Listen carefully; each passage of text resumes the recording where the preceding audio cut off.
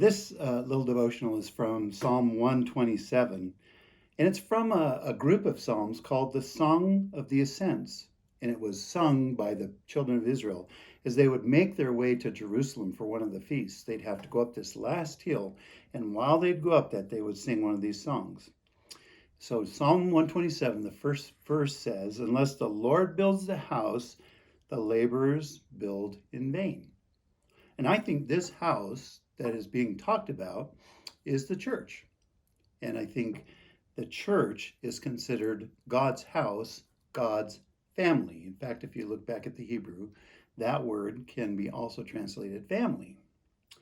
So this whole thing about following Christ, this whole thing of having our lives joined together, this whole thing about being built together is about becoming a family that God is putting together on earth to accomplish his will. Without him, we just have empty shells. It's just us trying to do our best to make things happen, but there's emptiness in it. There's no life in it, in that kind of house. Unless the Lord builds the house, we're just laboring in vain. So let me see if I can get to this. In verse 2, he says, "But God gives to his beloved even while they sleep." So it's not about you working harder, working longer hours to try and get something to happen.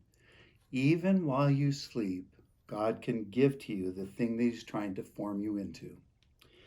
And when the family is healthy, when the church is healthy, they're able to do the kinds of things that make for a healthy community.